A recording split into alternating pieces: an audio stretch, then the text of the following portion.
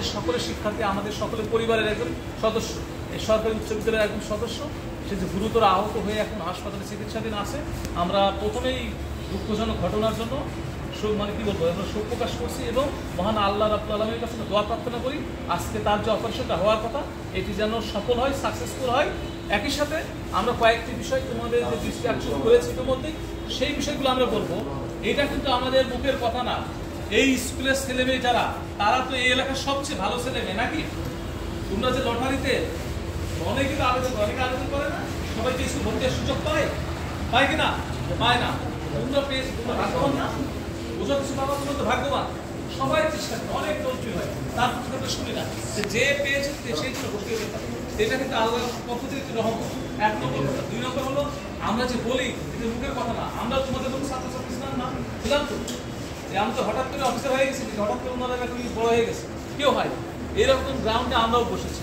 এই জন্য কিন্তু সবসময় বলে, সরকারও বলে, জাতি সবাই বলে যে শিশুরাই আগামী দিনের ভবিষ্যৎ। তো আমাদের কোমলমতি ছাত্রছাত্রী যারা আছে, প্রিয় ছাত্রছাত্রী, তোমরাই আসলে আমাদের রাষ্ট্রের জাতির ভবিষ্যৎ।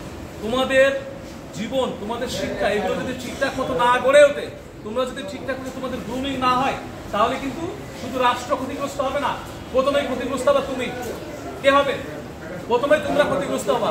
সমাজে, রাস্তাঘাটে কিছু ছেলে মেয়ে ঘুমায় কিনা? ঘুমায়। অনেকে আবার আমরা দেখি দুদিন পর পরই ধরে কি যে নেশাখোর কি হয়, সে গাঞ্জা খেয়েছে বা কোনো নেশা দ্রব্য খেয়েছে। এই যে নেশা দ্রব্য যারা করে, এরা কি নেশা করে? এই নেশাগ্রস্ত ছেলে মেয়ে আর তোমাদের ভিতরে পার্থক্য আছে না? তারা সুস্থ না, তারা তাদের পরিবারেরও বোঝা হয়ে যায় না, তারা কিন্তু তাদের পরিবারেরও বোঝা।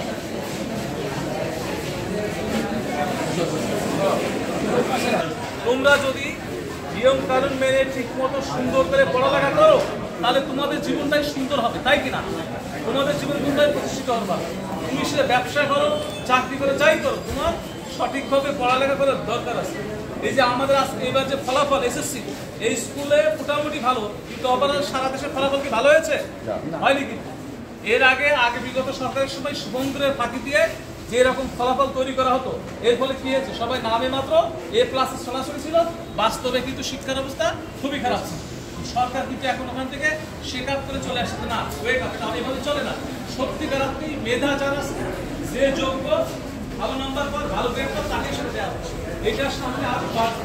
এই জন্য শিখতে হবে, তোমার এই বয়সে তোমার বয়সে তোমাকে সংখ্যার সাথে তোমার যে পার্থক্য এইটা তুমি না করো, তুমি পরীক্ষায় তোমাকে কেউ ভালো না, এটা ইনশিওর। কেউ তোমাকে নাম্বার দিতে টাকা দিয়ে নাম্বার দিতে সুযোগ আছে নাকি? আছে? কোনোভাবে সুযোগ নেই। তুমি যদি কোনোদিন ফলাফল ভালো না করো, ভালো কলেজে ভর্তি হওয়া যাবে না। ভালো কলেজে ভর্তি না হতে পারলে, ভালো বিশ্ববিদ্যালয়ে কোনো মেডিকেল কলেজ, কোনো বিএড কোনো বিশ্ববিদ্যালয়ে চান্স পাওয়া যাবে না। তোমাকে এক নম্বর কাজটা তোমার ভালো মতো পড়ালেখা করা। তুমি যে ভালো মতো পড়ালেখা করে, একটু কষ্ট করে, তোমার বাবা মা, আমাদের বেশিরভাগ মানুষই এখন কিন্তু খুবই আর্থিকভাবে সচ্ছল না। তোমার বাবা দোকানদারি করুক, ব্যবসা করুক, কৃষিকাজ করুক, চাকরি করুক, তাদের কিন্তু অনেক কষ্ট হয় তোমার পিছনে এই অর্থ ব্যয় করতে। এই যে বাবা মার অর্থ ব্যয় করার টাকা দিয়ে তোমার যে মূল কাজ পড়ালেখা, এটি বাবা করতে হবে ঠিক মতো, না হলে কিন্তু তোমার নিজের ভবিষ্যৎ নিজেই খারাপ করে ফেলবা। তাহলে কিন্তু তোমাকে তোমার যে আমরা বলি যে জীবনের লক্ষ্য উদ্দেশ্যে পৌঁছানো যাবে। সবিনয় অনুরোধ থাকবে, তোমরা ঠিক মতো প্রতিদিন ক্লাসটা করতে হবে, এটা জরুরি। কথা বুঝাতে পারছি?